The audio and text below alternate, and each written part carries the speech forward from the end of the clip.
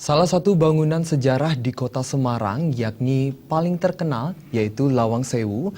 Namun tahukah Anda di salah satu lantai di gedung Lawang Sewu ada berkas tembakan mortir pada besi penyangga yang hingga kini masih ada. Ingin tahu seperti apa bekas tembakan mortir penjajahan Jepang di gedung Lawang Sewu? Berikut liputannya. Pertempuran 5 hari di Semarang yang terjadi pada tanggal 14 Oktober hingga 19 Oktober 1945 silam menjadi tonggak perjuangan masyarakat Semarang dalam merebut kemerdekaan. Selain Tugu Muda, masih banyak tempat yang menjadi saksi bisu pertempuran yang menewaskan lebih dari 2.000 pejuang Semarang. Antara lain, Lawang Sewu.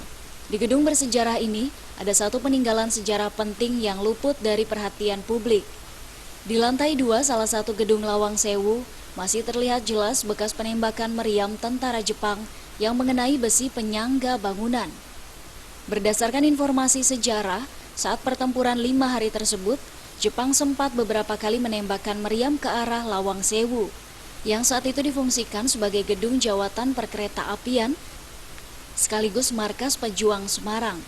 Meski Lawang Sewu sempat direvitalisasi, namun bekas rempetan meriam ini tidak akan pernah digeser pada tempatnya, karena sebagai tanda pengingat perjuangan warga melawan penjajah. Sementara itu, keprihatinan muncul dari salah seorang pejuang yang sekaligus pelaku pertempuran 5 hari di Semarang, H.M. Haryanto. Mantan pejuang yang pernah bertempur dengan tentara Jepang di kawasan Depok, Semarang, Jawa Tengah tersebut, menyayangkan pemerintah kota Semarang yang seakan-akan acuh terhadap bangunan-bangunan bersejarah di kota Semarang. Peringatan, tapi kalau bisa ada itu mungkin bisa difilmkan mungkin, gitu, atau dengan mungkin sampai sekarang itu belum istilahnya sekarang nampak tilas.